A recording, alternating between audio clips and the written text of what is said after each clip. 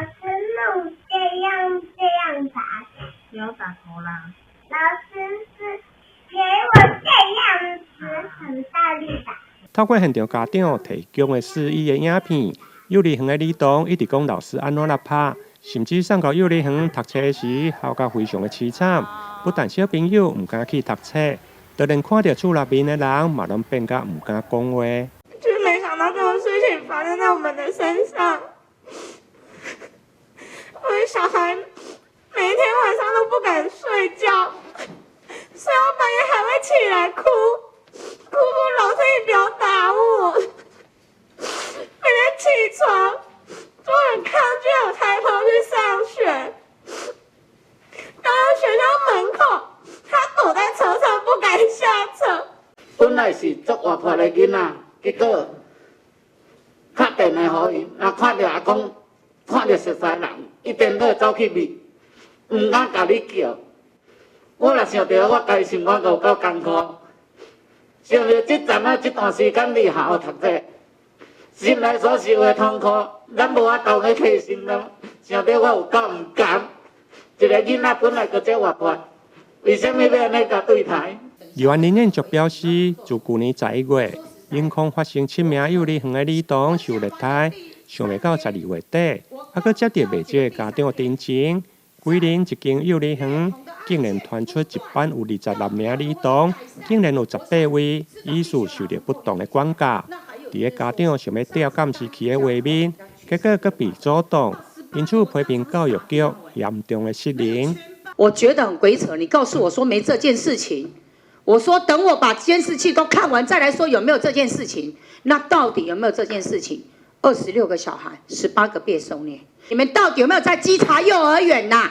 为什么经常师生比不符合啦？为什么一再的虐童啦？那市长你不是说虐童零容忍吗？你的政策完全也失能。所以我说郑兴辉让家长心灰意冷。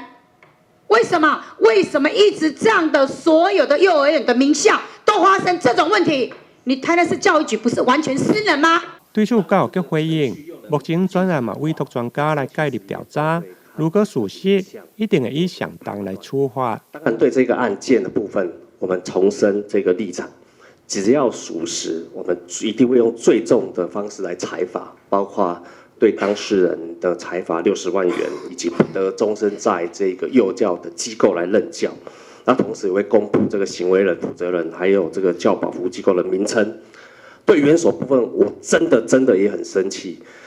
我们局长在12月26号有做这个重大的宣示。对于如果园所再发生这个重大的违法事件的部分，我们不排除最重废止他的许可，或者是减招、停招或停办的规定。我想这一次我们教育局一定会硬起来，来把这件事情做好。虽然依照法令，在必要的范围，家长有权来调阅影片，但必须要去识别化。就连副局长家己看了影片，嘛感觉相当的唔甘。至于未来的处理方式，市府秘书长嘛坦承，确实有需要来检讨。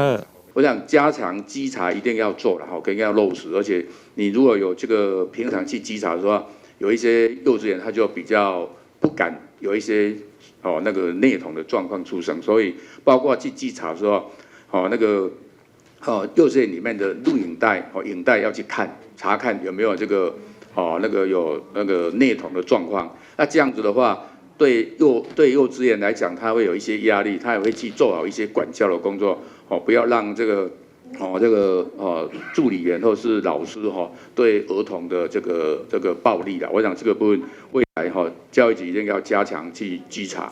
刘安表示，目前监视的影片是发生的班级，但根据幼儿的讲法，老师传到别班来罚规，还有一班幼幼班的监视器的画面，因为警方伫第一时间到场。结果幼儿园讲应地歹去，对此警方嘛马上来查扣，并且送厂商，希望进一步会用来修复。台南新闻林根采访报道。